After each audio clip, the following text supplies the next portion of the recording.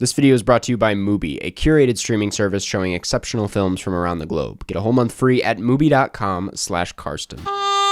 What's up, lovebirds? Welcome back to another episode of What I Watched This Month, February edition. I started the month with a Sundance watch of Cha-Cha Real Smooth. Yes, the movie is just as silly as the title. This is the latest from Cooper Raiff, the director of Shithouse, and while this didn't resonate with me on such a visceral level the way Shithouse did, this is still maybe one of the most charming movies ever made. It does everything that would normally make a movie so unlikable, but ends up being the most likable thing imaginable. I love Raiff's sense of humor. I love how honest this is. The music choices got a little corny after a while. I don't think it entirely stuck the emotional landing it wanted to stick, but I still had a really good time watching it. I know a lot of you will love this, so if you're gonna add any 2022 movie to your watch list, make this the first one. Then I watched the documentary Midwives. This is a very traditional cinema verite style doc on what's going on in Myanmar, and I am just kind of amazed the movie exists in the first place. It's a deeply empathetic and above all informative film that I'm glad I took a chance on. And I watched the new West Side Story and was reminded that Steven Spielberg is in fact one of the greatest filmmakers of all time. This movie is on fire. The energy of this just made me want to get out of my seat and scream. It has all these camera gags that just make you laugh and smile. Yes, it's pretty long and I did feel the length, but I was having such a good time almost the entire way through. I'll say it, I think I do like this a little bit more than the original. It just kind of builds on what that was doing and makes it into a true spectacle that I want to watch over and over again. And it's true, Ansel does almost ruin the movie. This was a great reminder that he is not a good actor, but the fact that the movie is still extremely good and is able to make up for it just proves how strong it is. Then I watched Encanto. I already talked about this in my Knife Out video that none of you watched, but yeah, I thought it was cute. I probably would have loved it as a kid, but now I'm just like,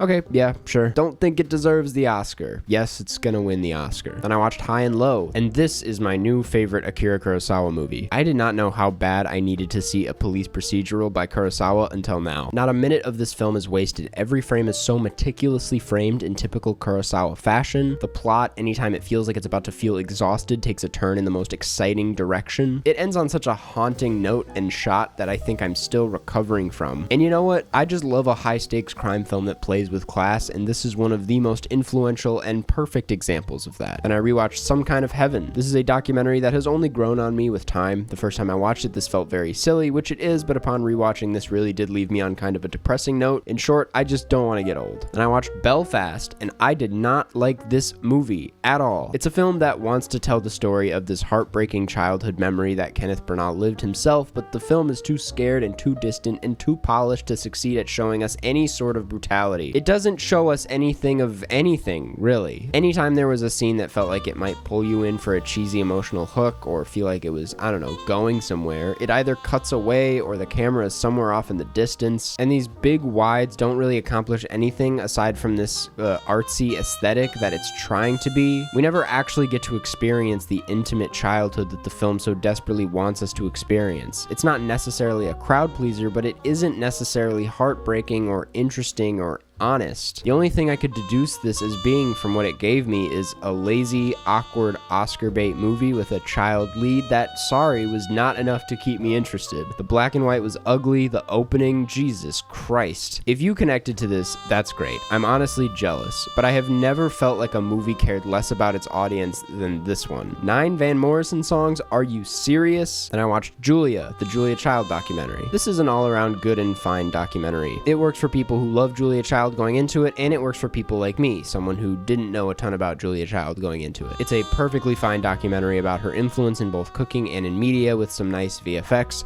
There is not a lot else to say. Then I watched The House, and I already forgot I watched this, which doesn't always mean I disliked something. I just think this is extremely forgettable, which is unfortunate because you know me, I love stop motion animals and I love creepy, weird stuff, but this just felt a little flat in parts. It feels quiet. Perhaps too quiet. I think the story with the rat was absolutely bone-chilling. Something about it felt like a very real nightmare, and that's definitely the one that will stick with me the longest. And the last one was interesting and clever, but overall this just felt a little dull, like it needed some salt. Then I watched Coda, and it was good. This is one of the cheesiest movies of 2021, so cheesy it actually worked on me. I cried on the plane at this movie, which is insane because I haven't cried at movies that are way more emotionally heavy than this. It's just like weirdly good at tugging on your heartstrings. heartstrings. Your grandma will love this one, and while that's usually a diss, I think it's good to have an absurdly accessible movie that is at the end of the day doing some good. And yeah, it's good and honestly kind of surprising to see this movie get a Best Picture nomination. In short, I'm just glad this exists, and I was thoroughly entertained. Apple TV Plus is at this point the go-to streaming service for over-the-top wholesome shit, which is very random. Then I watched Flea. I don't know why this one is so hard to talk about, but part of it could be that it's just so straightforward. It's a very simple story, yes, but that's not to say it doesn't cut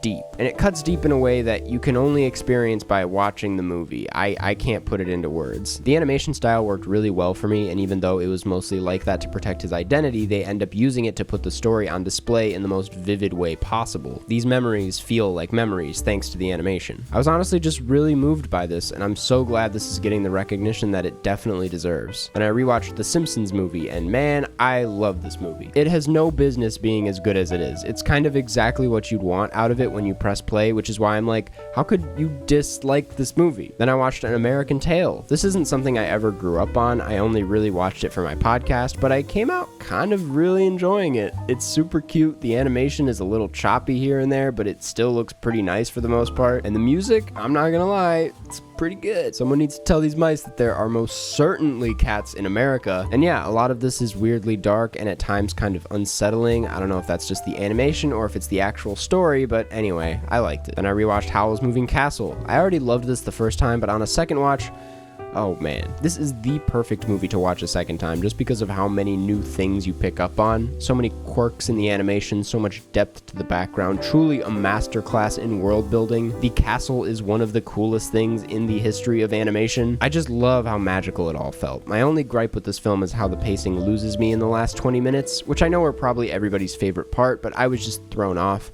I don't know, that one's on me. Then I watched Death of a Cyclist. This is a film about two people who are having an affair, hitting and killing a cyclist, and then not doing anything about it so they don't get caught having an affair. As someone who has not read Crime and Punishment, it is very Crime and Punishment. I really, really love this movie. It really puts you in the minds of both subjects, one who is ready to admit defeat and the other who slowly realizes the guilt is eating him from the inside. And to watch both of them crumble is both devastating and weirdly satisfying. Then I watched Nightmare Alley, and hey, I liked this. I mean, I liked it a lot. I went into this with low expectations, mostly because of the lukewarm reviews, but also because the poster design is just hideous. But I ended up being really, really entertained. Guillermo del Toro proves yet again that he's a master at crafting an atmosphere with intricate production design and whimsical cinematography, and this is as good of an example as any of his other films. And sure, I understand maybe not connecting to the story, but personally, I could not get enough of Bradley Cooper as Stan. Stan is a fascinating character, and I think I'm realizing I just like watching dudes continue to mess up despite everything else going wrong for them. This is that kind of movie. The ending is a little corny, but man, who cares? I really did not expect myself to root for this on Oscar night, but here we are. Then I rewatched Surf's Up. You guys know me. I love this movie. An underrated classic. Then I finished the month with La True. This is the greatest prison break movie I have ever seen, and it is one of the most perfect films made, period. Everything about it is airtight. It somehow is both hypnotic and slow, but also energetic and riveting. Watching these men escape so carefully and with so much cleverness is unbelievably stressful and also kind of satisfying. I'm not going to spoil it because I really do think if you're going to watch anything from this video, make it this one, but it gave me the same overwhelming anger that Do the Right Thing in Lion gave me. It finally feels like a prison movie that applies certain abolitionist ideologies in a way that really stabs you in the heart by the end. Like, it's been a few days since I watched this and it still feels just as vivid in my mind. I'm just like, what a way to end the month. I also watched more of Euphoria. Expect a video on this one next week because, hey, I have some shit to say about this one. It's not bad, it's just a mess. And hey, that's what I watched this month. Thanks for watching. Check out all these films and form your own opinion. In fact, you can discover your next film to watch over at this week's sponsor, Mubi. Mubi is a curated streaming service, a place to watch beautiful, interesting, and incredible cinema. From iconic directors to emerging auteurs, there's always something new to discover. With Mubi, each and every film is hand-selected from an actual person that knows what they're talking about, so it feels like your own personal film festival streaming anytime, anywhere. As a film fan, you can understand that sometimes the hardest part about watching a movie is figuring out what movie to watch, and Mubi does a great job at curating an amazing selection of interesting films that are once again chosen by actual people, not some computer. You can try Mubi free for 30 days at mubi.com/Karsten. That's mubi.com/Karsten for a whole month of amazing cinema for free.